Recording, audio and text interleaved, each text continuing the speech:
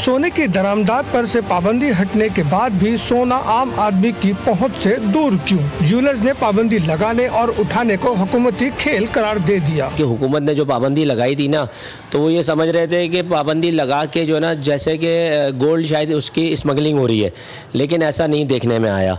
तो अभी तकरीबन 6 माह पहले ये पाबंदी लगाई गई थी, जो कि अब ख़त्म कर दी गई है, लेकिन इससे आम आदमी के लिए, आम हमारे दुकानदार के लिए उसको कोई फ़ायदा नहीं है। ज्वेलर्स ने पाबंदी के खात्मे से कीमतों के मुस्तकिम होने का हुकूमती दावे को मफरूजा करार दे दिया। कस्टमर पूछते हैं कि गोल्ड कम होना चाहिए इम्पोर्ट एक्सपोर्ट खुलने से, लेकिन हम कहते हैं हम क्या करेंगे, तब हुकूमती मामला आते हैं, रेट नीचे आने के बजाय रेट और ऊपर जा रहा है। देखिए, जो वजूहात तो इंटरनेशनल मार्केट है वो इंक्रीज़ हो रही है, तो जैसे जब इंटरनेशनल मार्केट इंक्रीज़ होगी तो ऑटोमेटिकली हमारा रेट भी हाई होगा। पहले से बात है, क्या कहते हैं, जो उन्होंने पाबंदी हटाई है और जो लगाई थी, इससे तो मैं समझता हूँ कि इससे जो बड़े ताजिर हैं और बड़े सरमाएदार हैं उन्हीं को फ़ायदा होगा।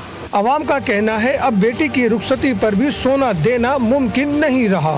बच्ची की शादी है, बस पुरानी चीज़ दे के उस पर थोड़े पैसे ऊपर दे के इस तरह से ले रहे हैं, क्योंकि अब तो लेना हम लोगों के लिए तो इम्पॉसिबल है। माशी माहिरीन का कहना है कि पाकिस्तान में सोने का जेवर सिर्फ रिवायत नहीं, ये खवातीन के लिए माशी तहफ़्फ़ुज़ की अलामत भी माना जाता है। मौजूदा माशी हालात में ये रिवायत भी दम तोड़ती जा रही है। कैमरामैन अवैस दाऊद के साथ असगर अजीम, GTV, कराची। सोने की दरामद से पाबंदी उठाए जाने के हुकूमती फैसले ने नया तनाज़ा छेड़ दिया।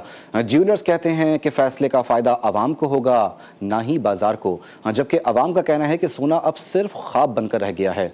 असगर अजीम की रिपोर्ट देखिए। सोने की दरामदात पर से पाबंदी हटने के बाद भी सोना आम आदमी की पहुंच से दूर क्यों? ज्वेलर्स ने पाबंदी लगाने और उठाने को हुकूमती खेल करार दे दिया कि हुकूमत ने जो पाबंदी लगाई थी ना, तो वो ये समझ रहे थे कि पाबंदी लगा के जो है ना, जैसे कि गोल्ड शायद उसकी स्मगलिंग हो रही है, लेकिन ऐसा नहीं देखने में आया।